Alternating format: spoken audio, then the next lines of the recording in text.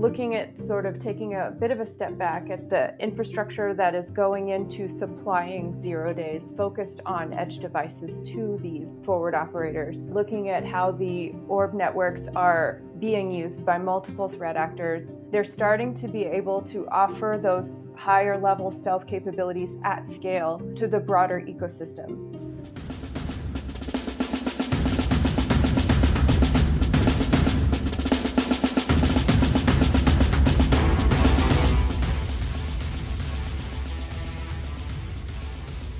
Welcome to another episode of Mandiant's Defender's Advantage podcast. I am your host, Luke McNamara.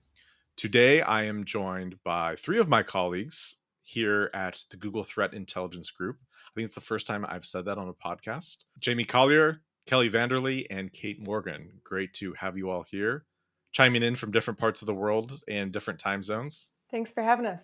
Yeah, good to be here.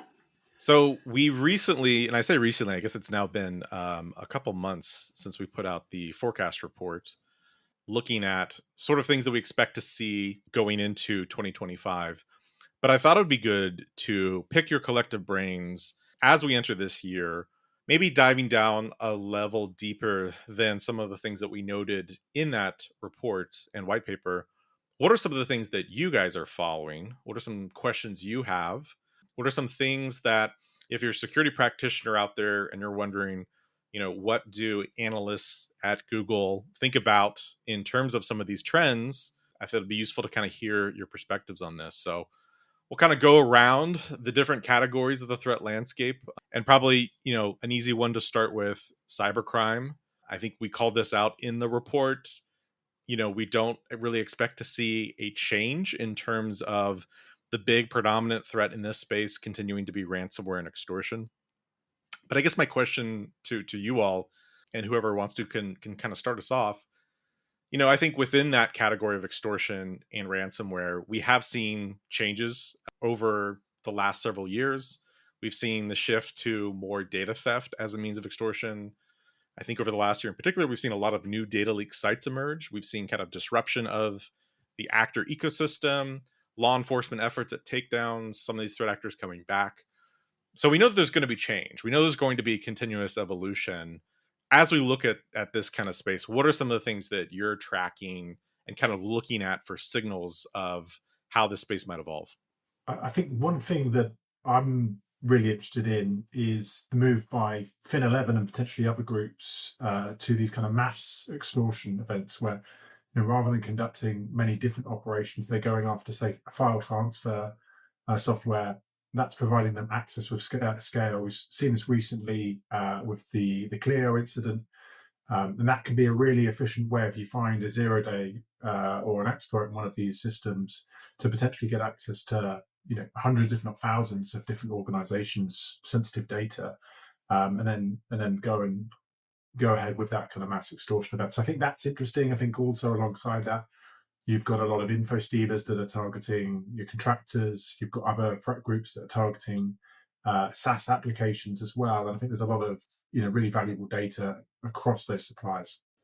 Yeah, that's a good point, Jamie, that Fin11 in particular has made that jump very, very effectively.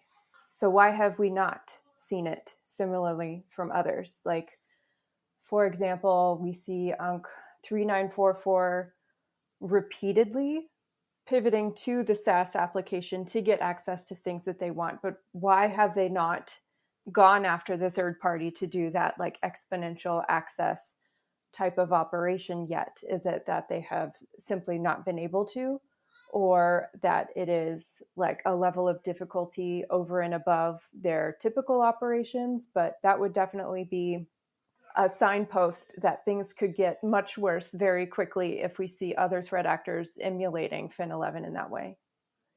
Yeah, within the extortion ecosystem, it's interesting when you see threat actors, and Fin11 is a good example of this, that are doing something that on one level is kind of within the trend that we're seeing, right? So data theft as a means of extortion and not just pure ransomware, but doing it in a very unique way, and their usage of 0 days and targeting to file transfer services in particular. But we don't see that necessarily with the kind of most prolific or even kind of across the landscape of extortion actors. Like you mentioned UNC 3944, and like they are very good at social engineering. That's maybe a skill set that they have, but we don't see other threat actors that are also doing extortion maybe carry out those same TTPs. So how do you think about this sort of, for this activity that's very public and it gets blogged about, it gets written about, it's in the news, you know, some of the things that you think may be more likely for other threat actors to adopt versus maybe we'll stay kind of within the niche of one or two particular actors? I want to say that it is still relatively uncommon for us to see financially motivated actors developing or purchasing their own 0 days and being able to field those. We do see some like quick follow-on end day exploitation, but it hasn't appeared to be an area of focus for others. So maybe they aren't necessarily seeing the reward come with the risk of investing time in that kind of thing. There was a spate of ransomware operations using 0 days, I think 3 years ago. There was like a dozen or so 0 days used across different operations, but it did not materialize in the same way as like a broader trend.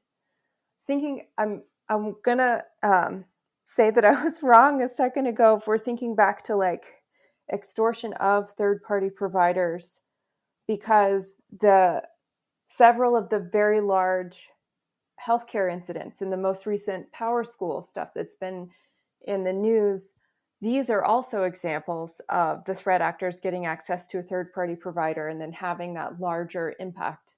And maybe the outcry from the healthcare applications was larger than we've seen so far with the school software because of the direct impact to like people's lives and their provision of healthcare across a large population of people versus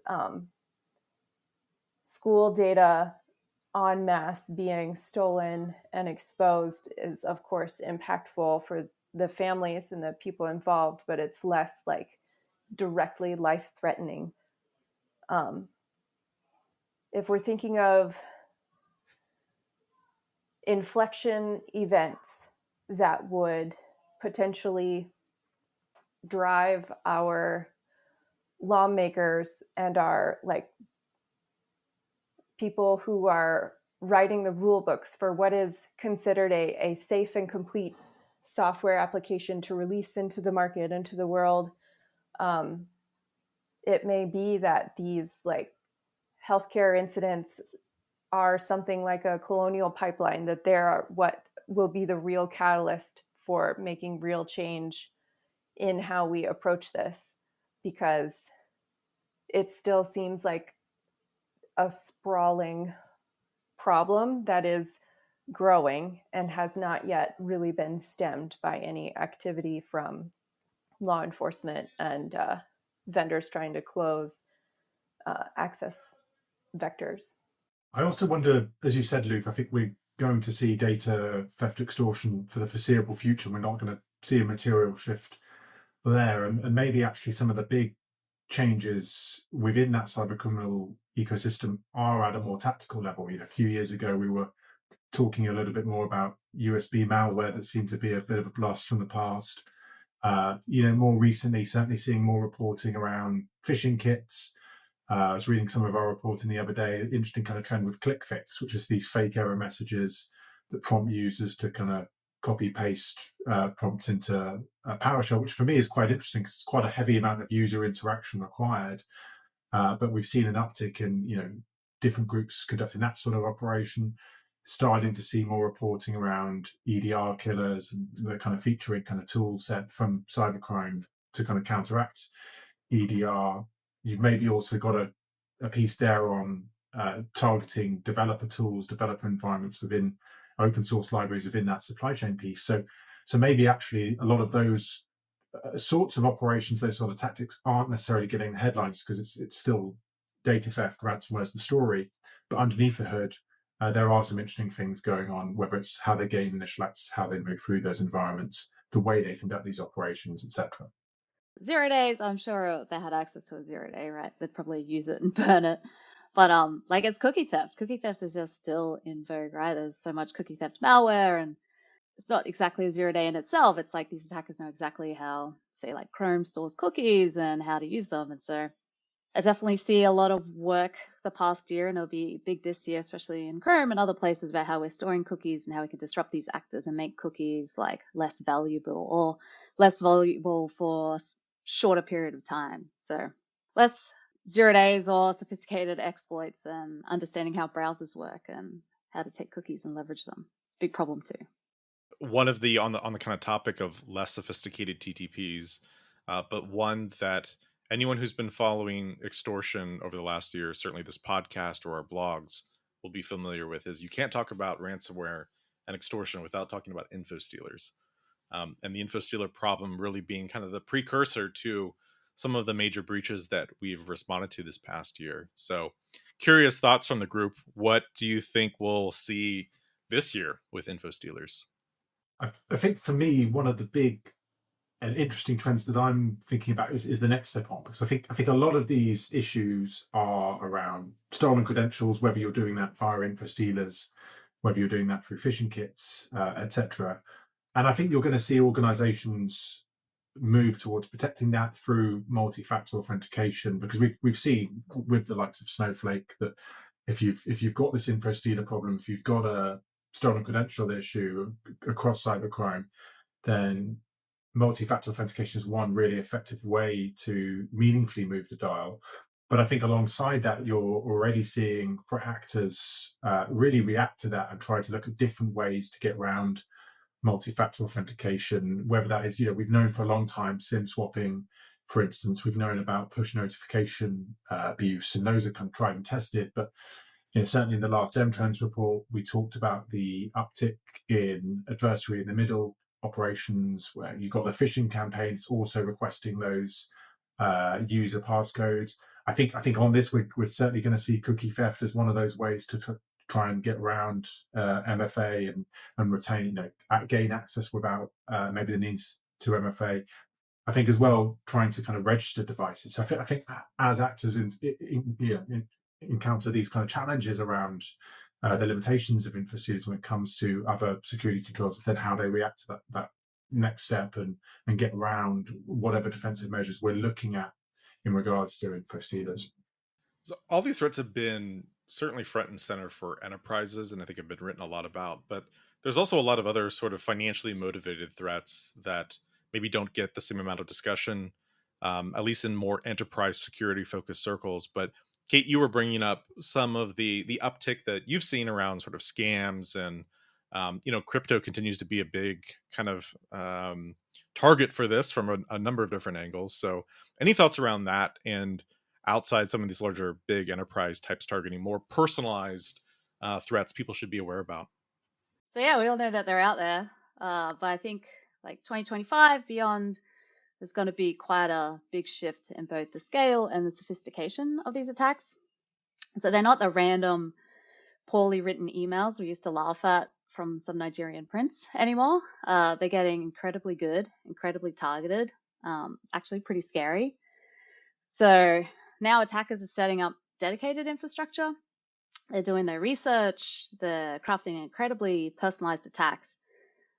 It's no longer really a numbers game. It's more about quality over quantity and playing the long game. So I predict a significant increase in individuals being targeted. So it's not just about going after large organizations anymore. Attackers realize individuals can be very lucrative targets, especially with the rise of all this personal information online. Attackers are targeting data breaches, social media profiles, public records to build out profiles on the victims. And then they can craft these highly personalized scams that are much more likely to succeed. So as crypto boom continues, I'm going to see a surge in scams targeting individuals holding cryptocurrency. Like if you think about it, a scam really needs to land one big whale, someone with a significant crypto portfolio, to make a huge score. So the potential payoff is massive. Is driving a lot of innovation in crypto-related scams. Like for example, imagine you get a call from Google support. The number on caller ID even confirms that it's a legitimate Google number. The person on the other end sounds professional, helpful, tell you there's been suspicious activity on your Google account. They need to verify your identity, secure it. Yeah, this is where the problem is. Instead of just asking for your password, which most people are pretty wise to and won't give that away, they'll use the email provider's own account recovery tools against you. So while on the phone with you, they guide you through, and all the steps look like the legit account recovery because it is. They might have you enter verification codes, have you change your email or phone number so they can take control. You're going through what appears to be a standard recovery flow, and it feels completely legitimate. But the brilliance and the horror is that the attacker's using the trust in the email provider and familiarity with account recovery to gain control. So they're kind of weaponizing our own security measures. And of course, by the time the victim knows what's happening, it's too late. It's a tough problem. How do you defend against an attack where the victim is knowingly, actively helping the attacker bypass all your security controls? And I think that's interesting too, because it points to the fact that depending on where you kind of sit in the cybersecurity ecosystem, even covering financially motivated threats, there may be whole other categories of threat out there that actors are finding ways to make a living doing, and that they're finding to be useful. And I think the crypto stuff makes a lot of sense from the standpoint of, maybe it takes a lot more care and dedication to craft these more personalized targeting schemes. But if the payout, as you note, is really big and significant, then it may be just as worth doing that as after, going after a large enterprise and demanding an extortion. So continues to be a lot of different ways that you can make money, unfortunately, doing malicious things on the internet. From a criminal perspective, let's shift to talk about some of the nation state activity. We called out in the forecast report, probably to no one's shock, that the continued Big Four will be probably what we continue to see in 2025 in terms of the most prolific threat actors we respond to. This, of course, being threat actors associated with China, Russia, Iran, and North Korea. Any thoughts in particular there of what we might see, things that you're tracking and looking for? Definitely the thing that keeps me up at night, probably top of my priority list, is North Korean IT workers. But the real challenge here is detection. So we're used to thinking about attacks coming through familiar channels like phishing emails, malicious websites, things like that. At Google, for example, we have an incredibly sophisticated system to detect a phishing domain in Gmail. But how do you detect a North Korean IT worker slipping through your HR system? It's a completely different ballgame. So blue teams, defenders, we really need to think about our telemetry, our detection strategies. We're talking about threats that come from places we traditionally don't look at. And the workers are incredibly skilled at deception. They're using fake identities, operating through front companies, misrepresenting their location. The primary goal we thought was for revenue, but as we saw this month with a recent FBI alert, the IT workers have also been extorting their former employees and their victims. So it's kind of evolving here. But yeah, to me, this really highlights we need to strengthen remote hiring processes. And we need to put pressure on third-party hiring firms too to be much more robust in their vetting processes.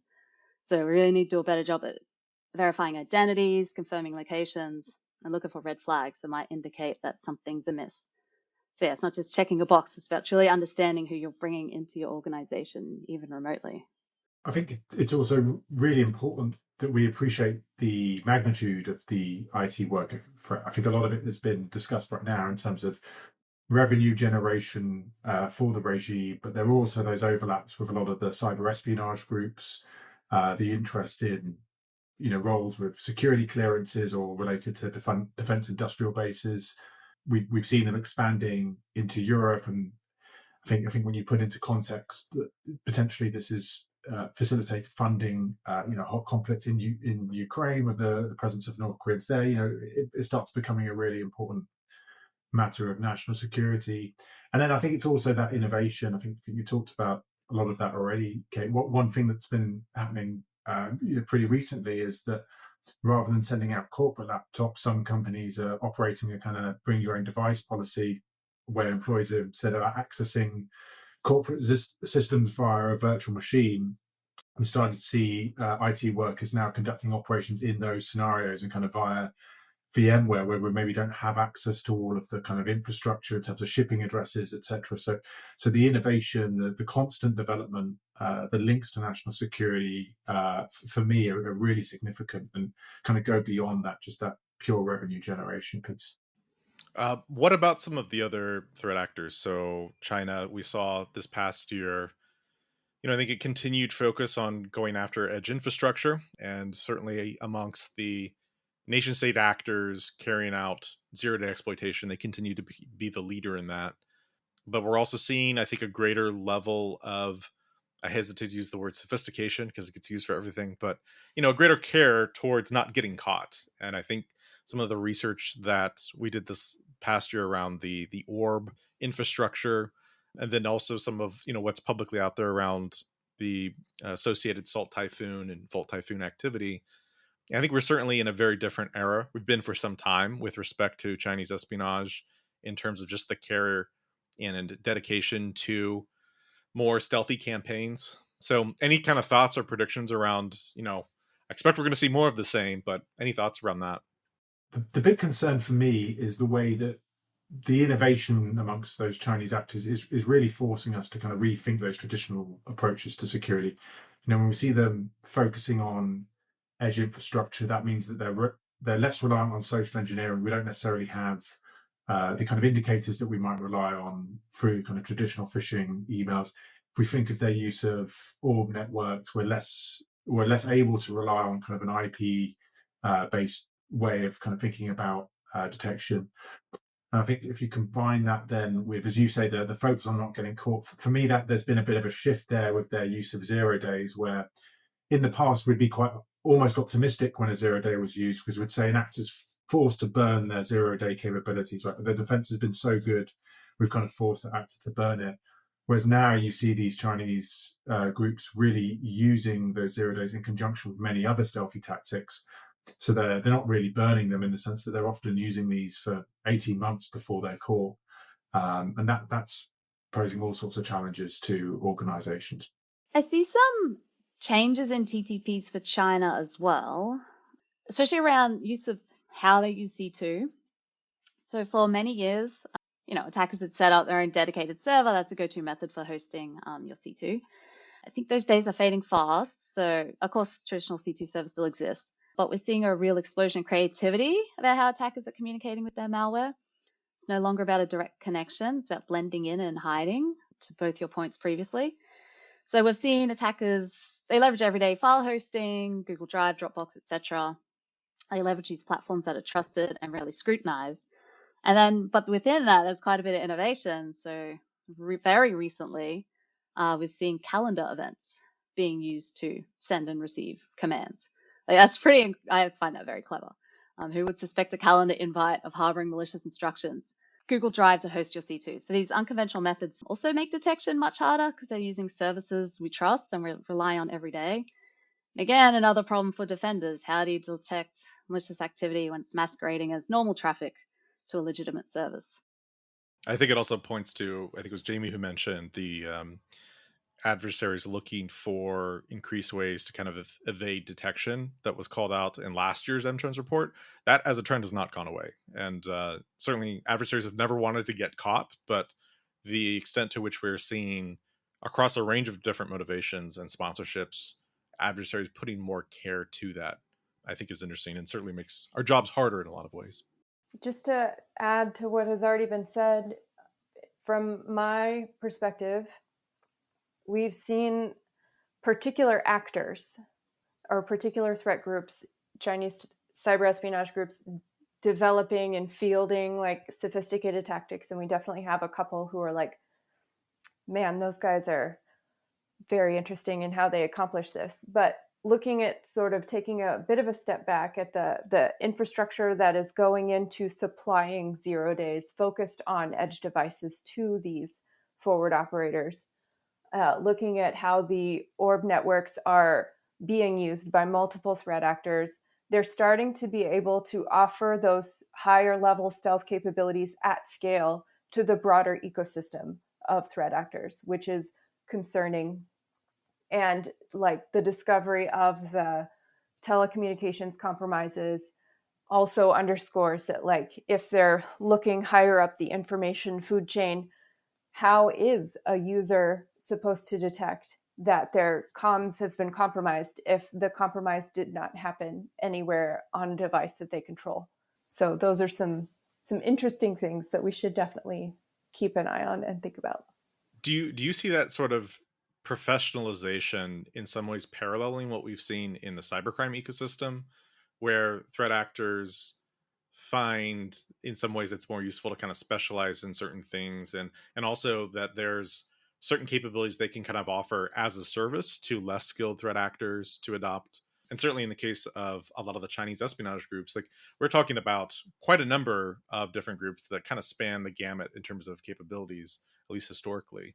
And I think that's true of all the actors we see in the big four, right? There's A teams and B and C teams. But I'm just curious how you think about that sort of, when you have these ecosystems that kind of grow up to offer more as a service professionalization for a particular ecosystem.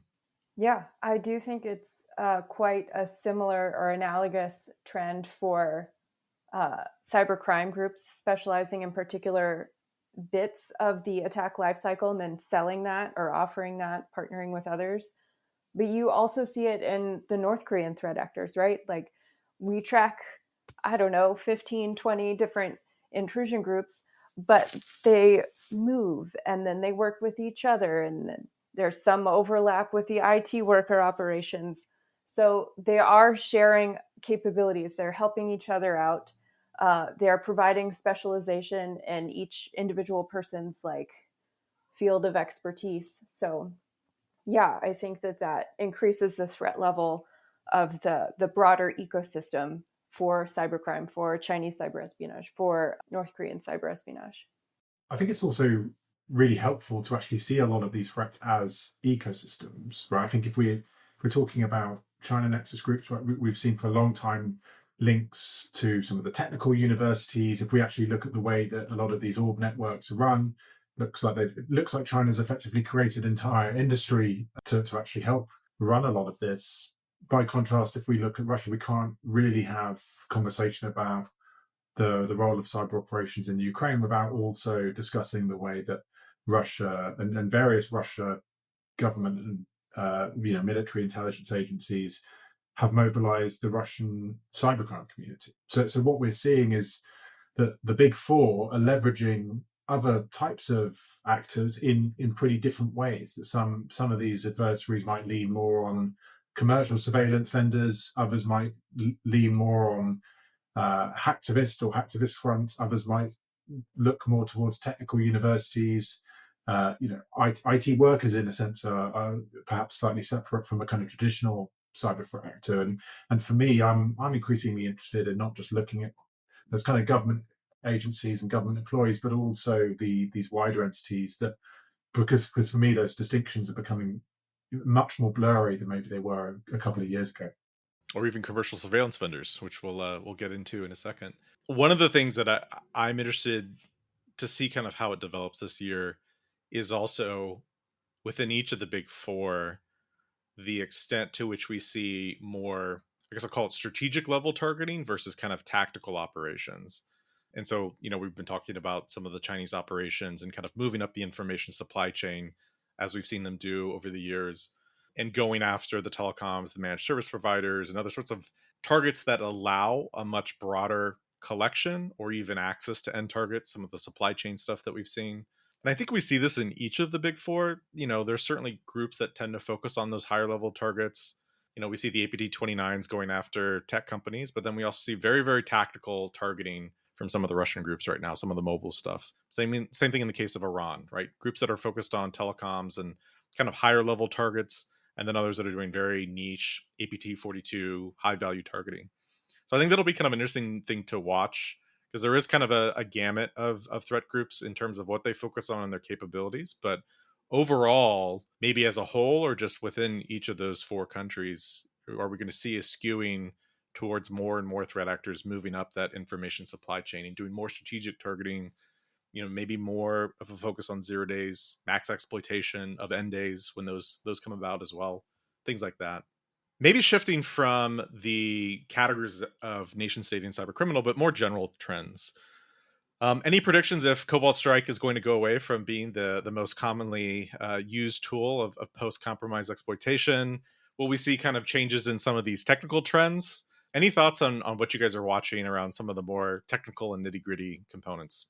Yeah, I definitely don't see Cobalt Strike going away anytime soon. But we don't see Cobalt Strike as like, the first and foremost pioneer in malware these days, right? Like I think as I was speaking to before, there's been like a rise in like hiding in plain sight using shared hosting providers as well for malware and malware delivery, but also C2 as well.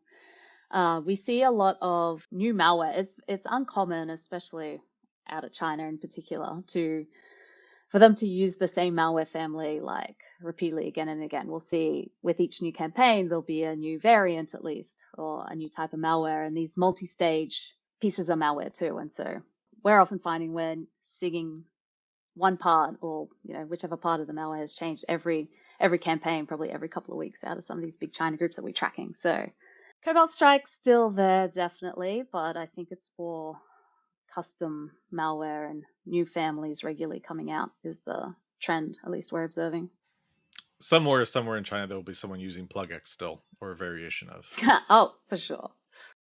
I want to say that in the cloud compromises that we've been looking at, there's been a fair percentage of them in which no malware is used at all. And the actors are entirely relying on identity-based and permission escalation native tools, like even the utilities that are inherent to the technology that you're supposed to be using in order to accomplish their mission. And I believe that the trend is that Cobalt Strike is ticking down, and there are other contenders coming up like Sliver and others, but it still is quite a useful thing and will likely remain around for a while. I think on the cloud piece as well, Kelly, I think it's interesting for me to just see the variety of operations that we see there. It's not just the kind of crypto mining gig that we saw maybe a few years back. We're pretty lucky at GT to both have visibility through, say, Threat Horizons report into some of the data around Google Cloud compromise, as well as the broader Mandiant incident response, where we get a look into how other cloud environments outside of GCP are compromised. And it's interesting there, in the latest Threat Horizons report, we're talking a lot more about kind of ransomware and rolling cloud, where whether targeting cloud or actually using that as a pivot point into other types of systems. We've talked a long time about APT29's cloud capabilities. It's interesting when you look at some of the Mandiant incident response data, we're seeing all sorts of operations related to cloud compromise, including things like business email compromise. So for me, it really highlights that cloud compromise is hitting the mainstream, and you see many different actors with various motivations and capabilities now start to explore how to compromise cloud. And also starting to, I think, explore more the pivot points between on-prem and cloud. And that's certainly something I see with a lot of organizations. They have a separate cloud security team. There's a risk that you kind of create this separate castle in your organization with two security teams that maybe aren't talking to one another and not appreciating the pivot points between local or on-prem and, say, cloud instances. So I think that is a whole area that organizations need to take really seriously, especially if they're kind of halfway through that kind of cloud integration project. We've danced around it a couple times, but any thoughts around zero-day exploitation and the categories of threat actors we see contributing more so to that problem? I think it's interesting, the report we put out around this last year noted that it's not just that we're in this sort of cyclical uptrend, it seems, or elevated level of 0 days, but it's also that there's a greater number of technologies in which threat actors are trying to find vulnerabilities and exploit them. So that, of course, makes the job even much more complex and difficult for defenders. But yeah, any thoughts around who we'll see contributing more to this problem? Maybe even also the end day problem, the kind of fast followers that are able to rapidly weaponize this stuff? Yeah, I think we're definitely, in terms of the percentage of 0 days found every year by nation states or commercial surveillance vendors, has definitely flipped over the last few years, right? The majority by far of 0 days we're finding are coming from commercial surveillance vendors and not nation states. Not to say that number's zero, we still are finding 0 days out of nation states. But yeah, I think the commercial surveillance vendors, right? If you're a nation state, you don't need to develop your own 0-day capability, right? You can just buy it. And so these commercial surveillance vendors, we're tracking at least 40 of them that develop and sell exploits and spyware to governments. But it's kind of like, that's how many we see, but it's an impossible number to count. There's new companies coming out every year, existing ones reincorporating under new names. These CSVs use different exploit chains, delivery methods, different spyware. They're all attempting to provide full service espionage products to their government customers, primarily targeting browsers and mobile device vulnerabilities. That's where we see most of the 0 days.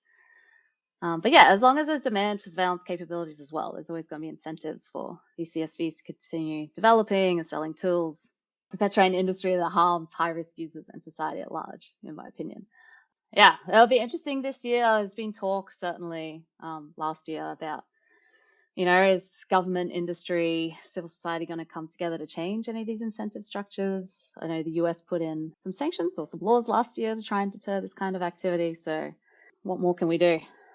Well, and as you noted it in there too, when we're talking about sort of who the end user likely is for these sorts of operations, it's probably also still governments of some kind. So there are those exploits that we are finding attributing to specific governments, and then those that are tied to commercial surveillance vendors, where those operations are likely also for governments. Any thoughts, kind of wrapping this up, as we kind of noted at the outset, and I think some of the calls or planning discussions we had before this, some of these trends that are in the forecast reports, the same that we saw, throughout the past year and even going back several years now. Sometimes it's sort of like trying to find something that's like the new nugget of what's that sort of emergent threat is difficult, because a lot of these problems are kind of continuations of what we've been seeing. And sometimes it's really just sort of variation within a problem like extortion and ransomware. How specifically is it going to change? What are going to be the threat actors and clusters that are going to be the most prolific and active? Will we see the ONC 3944 types that are doing something a little bit more complex that make it even more challenging for defenders? So I guess kind of across all the different areas that, we've touched on today, or maybe some that we haven't, any sort of final thoughts going to this year? If you're a security analyst out there somewhere and you're listening to this, something that maybe is an underappreciated trend that you should be following. I've got one. Let me take you on a little journey real quick. Think about how integrated and interdependent our lives, our private lives, our social lives, our family lives, business, government is dependent on technologies. And as we said, that there is specialization in the cyber criminal marketplace, there's specialization in the legitimate technology marketplace for all of your 15 SaaS applications that your organization must have to function correctly. Something that I think that organizations should consider is revisiting their disaster preparedness plans. Because what if one of those things fails due to an error, an outage, or a natural phenomenon like a hurricane or something else taking out the power, and suddenly something important for a big portion of your business is unavailable? We see this happen from cyber attacks like disruptive ransomware incidents, the wipers that have been flying around in the conflicts. We have also seen this happen through like supply chain shocks during the pandemic, not being able to acquire like physical hardware to resupply your business and execute your plans. As we become dependent on more types and layers of technologies in how we do stuff, we're going to need to know how we can continue to operate if something becomes unavailable, or if one thing, botched software update, for example, causes a cascading failure across many of your providers. How do you continue to do business? How do you make sure that you're able to provide services and meet your SLAs and your contracts with your customers? That is something that is a little bit scary. It sounds a little bit extreme. Probably won't be like all of the lights are off and no one can log into their phones and call their moms type of event very frequently. But organizations should try to be aware of where those dependencies are and have contingencies for how they would continue to operate, even temporarily, if something was broken. And I think some of that can sound really extreme and kind of worst case scenario, but in some ways we have seen inklings of that, whether it's something like a Log4j, which just shows how brittle parts of our security ecosystem are, whether it's some of the, I think of the Romanian ransomware incidents where some of the software that's then, having a huge impact across that entire kind of healthcare community. So I think actually this is often very unpredictable. Certainly with the kind of the Log4js of this world, it's those parts of the kind of ecosystem that have kind of disproportional impact, but often very small teams running them, and those are the areas that I certainly get concerned with. I think the other thing we've touched on it in various parts of the conversation, but just is where do defenders lack visibility? Where is it that organizations don't necessarily have that EDR deployment, whether it's firewalls, virtualization platforms, VPN, security devices? These are the ones that are getting targeted by the China Nexus groups, but also with your EDR killers trying to actually disable a lot of that visibility. And how do we kind of think beyond that kind of traditional approach to security? Ultimately, we need to become more proactive, but that's not something necessarily every organization has the means to do. So that's the thorny challenge, and really making sure you've got visibility where you need it is going to be a really important issue, I think, going into 2025. And maybe, because we haven't mentioned it yet, I better talk about AI a little bit. It wouldn't be a Google podcast if we didn't. But I would say, exactly. I would say, like, much of the current discourse around cyber threat actors' misuse of AI is kind of theoretical. And GTIG, Google Threat Intelligence Group, did put out a paper this morning talking about actual observed threat actor use of generative AI. It's a productivity tool for them. Threat actors are experimenting with it. It enables their operations. They get productivity gains. Not yet that we've observed developing novel capabilities. I think that's still a little theoretical. So definitely threat actors using it to scale up their operations. And I think we need to react, right? AI is a tool for defenders. And so folks need to get on the AI train, right? It's going to scale up your analysts. It's going to scale up your detections. And threat actors are already on the bandwagon. All organizations, all security departments should also be getting on the same bandwagon and working AI into our detections and scaling up our analysis as well. No, I think it's when you think about it, kind of a race for efficiencies, and thus potentially a race to who's going to be faster in responding to a breach. So if there's efficiencies gained, the great thing about that report that you mentioned, which we'll include a link in the show notes, is we're able to kind of see threat actors trying to abuse kind of our particular systems. But in the case of, a Mandiant incident responder who's going out and is seeing adversary activity, they may not have visibility of what was going on in the back end to craft that spearfish or code that malware that could have enabled the threat actor to be more efficient and faster. But there are certainly areas where, when we think about its application to defenders, even in the sort of the toil buckets, like being able to automate more, I think that is something that, as we see dwell time continue to come down and the need to kind of respond faster, especially to some of these threats like ransomware, I think can be a very powerful tool now. So definitely glad that you mentioned it there at the end and that we touched on it. There'll be much, I think, to kind of look at, both that we discussed today, some of which is also in the forecast report, which we'll also include a link to that, as well as, I'm sure, threats and incidents and campaigns that, we've not considered that we're likely to see emerge this year. I think about, like, what's going to be the North Korean IT workers type thing that we see this year that is sort of had been going on for some time, but in 2024, we really saw it come into its own as a real established trend. And I think that there's going to be at least some of those things this year that we'll see. So we'll have to have you back on in January of next year and do this again. But thank you all for your time today. And thank you all for making this at kind of odd hours for everyone. And hopefully people enjoy it. Yeah. Take care. Thank you.